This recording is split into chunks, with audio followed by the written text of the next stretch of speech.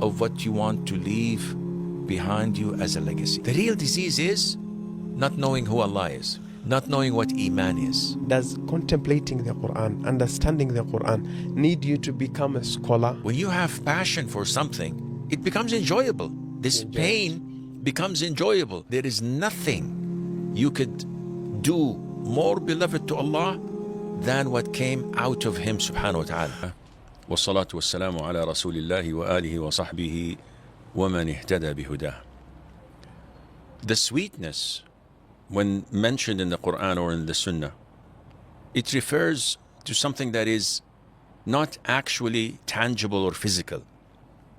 Like the Salaf used to say, if the kings, the sons of kings, were to know the happiness we are living in, they would have fought us for it with their swords. They can't attain it, they can't snatch it, because it's not something physical. It's a collection of things. One of the greatest of them all is content.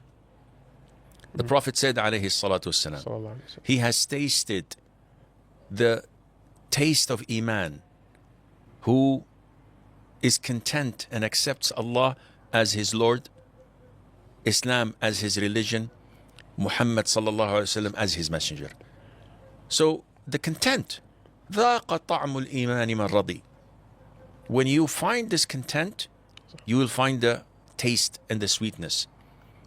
And ثلاث من كنا فيه وجد حلاوة الإيمان.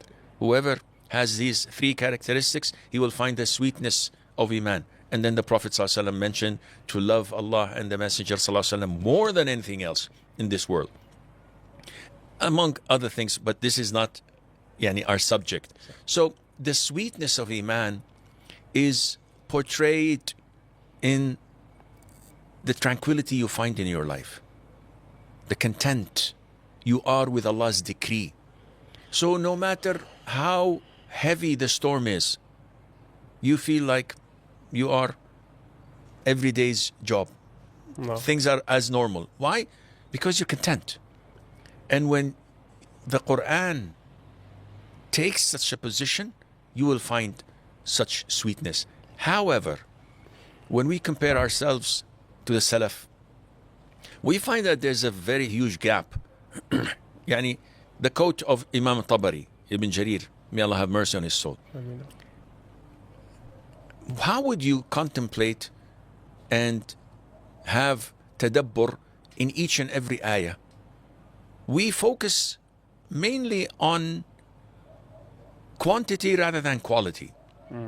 And that is why when we pass by a hadith where the Prophet ﷺ repeated one ayah in Qiyamul Layl, إن تعذبهم فإنهم عبادك. Subhanallah. When you read that Aisha, may Allah be pleased with her, إنا كنا من قبل ندعوه إنه هو البر الرحيم, and repeats it and repeats it and repeats it the whole night prayer, that's tadabbur. But we are focusing on how many juz' You finish. to finish.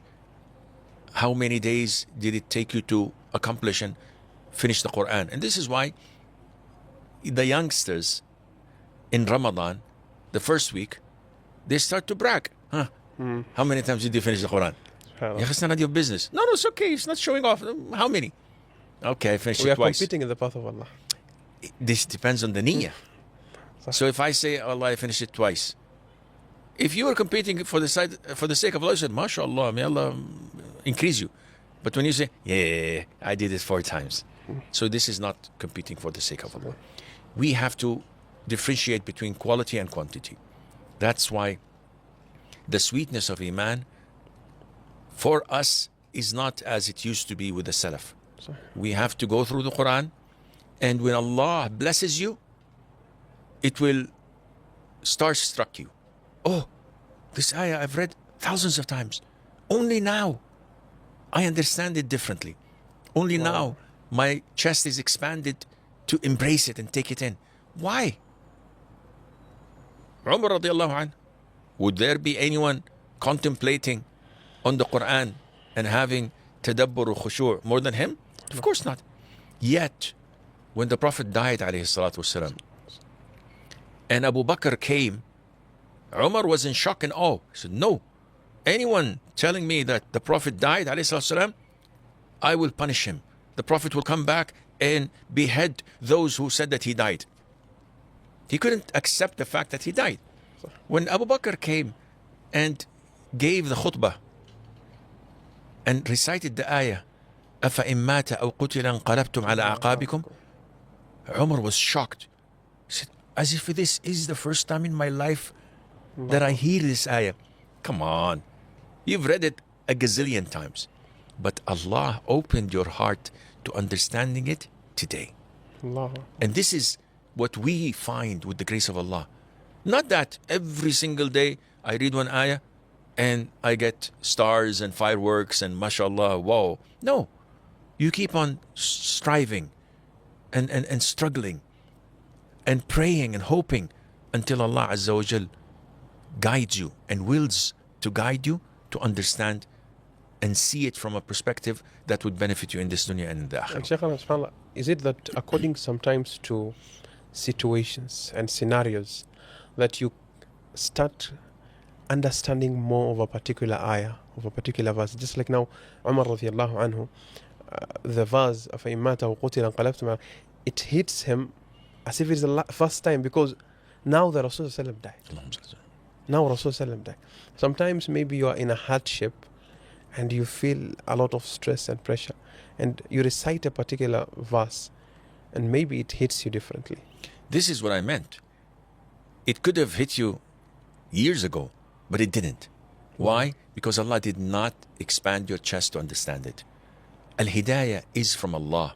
Sure. The Prophet ﷺ tried relentlessly to guide his uncle Abu Talib, and he couldn't. Why? Because Allah Azza wa Jal did not allow him to be guided. Abu Talib was not allowed by Allah. إِنَّكَ لَا تَهْدِي مَنْ أَحْبَبْتَ. You do not guide whom you will or you love. ولكن الله But Allah is the one who guides whom He wills. So, likewise, when you read the Qur'an, you read it with different intentions. Some of us read it for barakah, regardless of what it guides them to. I just want barakah. Others read it to get the reward. With every letter you get 10, and 10 is multiplied to 700, and Allah gives to whomever He wishes. So we just want the reward. Others, وَالْعِيَاذُ بِاللَّهِ, may read it just for the sake of debating, argument, coming up with things that nobody else had ever discovered it. I'm the first, subhanallah.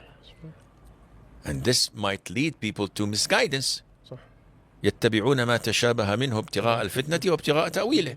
They follow what might be ambiguous or misleading to them only for the fitna and to interpret it in a way different than it was supposed to be.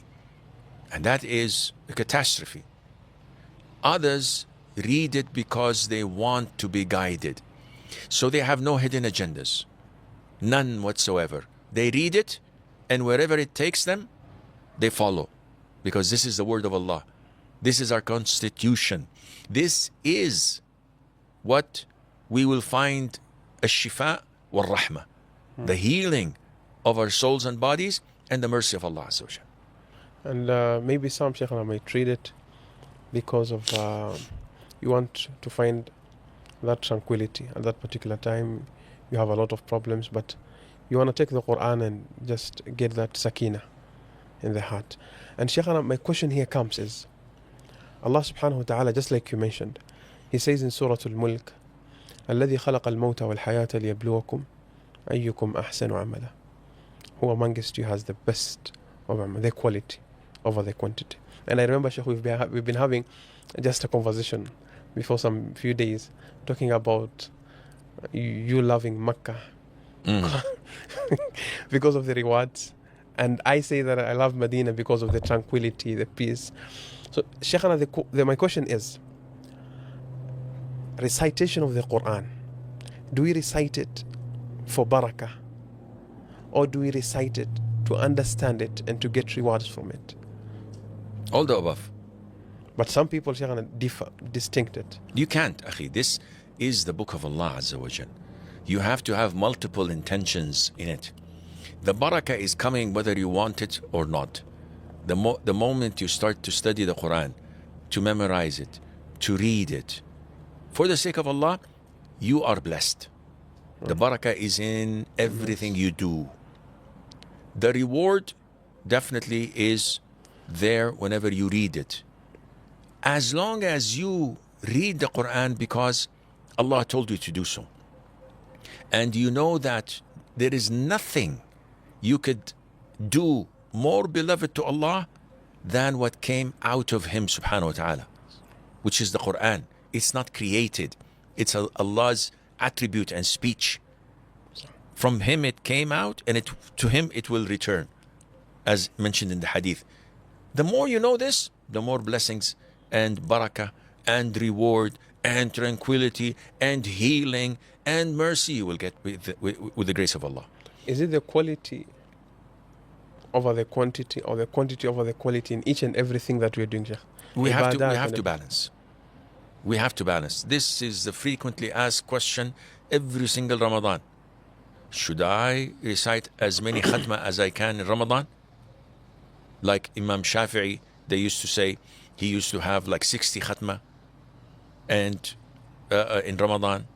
Or should I focus on reciting little but contemplating upon it? Again, we come back to the same thing. You may recite one ayah and Allah doesn't open your chest for it. So you've lost a great deal of reward